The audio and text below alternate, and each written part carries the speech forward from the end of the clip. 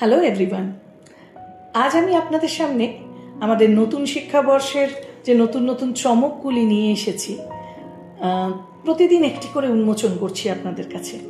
উন্মোচন করছি আপনাদেরকে সে বিষয়ে জানার জন্য নয়, আমার বাচ্চাদেরকে আমরা কিভাবে তৈরি করব, ট্রাস্ট ফিল্ডের বাচ্চাদেরকে আমরা কিভাবে তৈরি করব সেটার জন্য। আজকের টপিক মেটাকগনিশন। শব্দটা সবার জানা, কিন্তু আমি শব্দটাকে এইভাবে এক্সপ্লেন করব না, লার্নিং অ্যাবাউট লার্নিং বলে এক্সপ্লেন করব। অর্থাৎ একটা বাচ্চা তার নিজের সম্বন্ধে কি করে জ্ঞান পাবে, কি করে তার নলেজটাকে সে ডেভেলপ করবে, সে যেটা শিখছে সেই পদ্ধতিটা কি করে সাবলীল হবে, স্বতঃস্ফূর্ত হবে, সেটার জন্য এই মেটাকগনিশন শব্দটা আমি আপনাদেরকে একটু অন্যভাবে বলি, একটা গল্পের মাধ্যমে বলি, একটা অলৌকিক গল্পের মাধ্যমে। ধরুন, কল্পনা করা যাক আপনার মস্তিষ্কটা একটা শহর, সেখানে রাস্তা আছে, বাড়ি আছে, ঘর আছে, আছে অনেক গুপ্ত হয়ে যাওয়া রাস্তা, অনেক বিলুপ্ত হয়ে যাওয়া ঘর বাড়ি, আছে স্কুল, কলেজ, বিশ্ববিদ্যালয়, অনেক কিছু আছে। ধরে নেওয়া যাক সেখানে একটা অ্যাটমিক রিসার্চ সেন্টারও আছে, মহাকাশ নিয়ে পড়াশুনো করানো হচ্ছে। সেটা যদি আপনার মস্তিষ্ক হয়, তাহলে সেই শহরে আপনি হঠাৎ একদিন রিয়েলাইজ করলেন যে আপনি কোথায় আছেন, কি করছেন, কি ভাবছেন, আপনার আমি কে। এটাই কিন্তু আমাদের সমস্যা। এই সমস্যাটা থেকেই জন্ম নিচ্ছে মেটাকগনিশন শব্দটা। অর্থাৎ আমাদের থিঙ্কিং স্কিলটাকে ডেভেলপ করা একটা পদ্ধতি, regular day to day learning এর মাধ্যমে ডেভেলপ করা, আমাদের রিজনিং করা, আমাদের ক্রিটিক্যালি সেটাকে অ্যানালাইজ করা, এই সব শব্দগুলো আমরা জানি। দেখুন, সিবিএসইর পাঠনের মধ্যে এই শব্দগুলো আমাদের সাথে একদম ওতপ্রোতভাবে আছে, কিন্তু এটা যে আমাদের জীবনের একটা ক্রিটিক্যাল বিষয়বস্তু হতে পারে, এটা নিয়ে আমরা কোনোদিন ভাবিনি। আজ থেকে আপনি নিজেকে নিজে পর্যবেক্ষণ করতে শিখুন, সেলফ অ্যানালাইজেশন। আপনি কি শিখছেন, আপনি কিভাবে শিখছেন, আপনি কি শেখাতে চাইছেন, এভরিথিং শুড বি অ্যানালিটিক্যাল।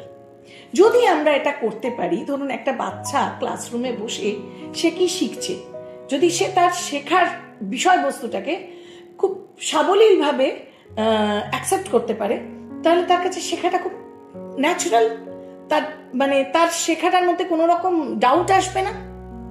আবার ঠিক ইকুয়ালি যে শিক্ষক, সে যখন সেই ক্লাসে শিক্ষা দিতে যাচ্ছে, তিনি যদি তার ক্রিটিক্যাল অ্যানালিসিস করে নেন যে আমি কি বলবো, আমি আজকের টপিকের মধ্যে কি ধরনের টপিক ইনক্লুড করব যে বাচ্চার পুরো চিন্তনটা, মননটা শুধুই ওই শিক্ষা কেন্দ্রিক হবে, অর্থাৎ তার ফেভারেবল আউটকামটাই হবে শিক্ষা, লার্নিং প্রসেস। লার্নিং আউটকামটা হবে নেট তার জন্য একটা শিক্ষার চরম উদাহরণ। অর্থাৎ দেখবেন, খুব সাবলীলভাবে বলি, মেটাকগনিটিভ অ্যানালিসিস কাকে বলে। আমরা যখন কোনো জায়গায় বেড়াতে যাই, তার একটা ট্রিপ প্ল্যান করি। একটা ট্রিপ প্ল্যানের মধ্যে থাকে যে আমি কিভাবে যাচ্ছি, কোন রুটে যাচ্ছি, কত এক্সপেন্সেস হচ্ছে, কোথায় থাকছি, সেখান থেকে কোথায় কোথায় যাব। এই পুরো জিনিসটা হচ্ছে মেটাকগনিটিভ স্টাডি। এই মেটাকগনিটিভ স্টাডিটা আমাদের পঠন পাঠনের মধ্যে যদি ইনক্লুড করে দিই, তাহলে বাচ্চারা কিন্তু তখন তার যে পড়াশোনার জিনিসটাকে স্ট্র্যাটেজাইজ ওয়েতে ভাববে। অর্থাৎ আমি কি পড়বো এই টপিকটা থেকে, আজকে আমার টপিক হচ্ছে ম্যাগনেটিজম, এই ম্যাগনেটিজম টপিকটা থেকে আমি ঠিক এক্সট্রাক্ট করব কি, এবার এটা আমার ডে টু ডে লাইফে কোন জায়গায় কি হিট করছে, কোন জায়গায় এটা আমাকে স্পার্কটা দিচ্ছে, ইগনিশন দিচ্ছে।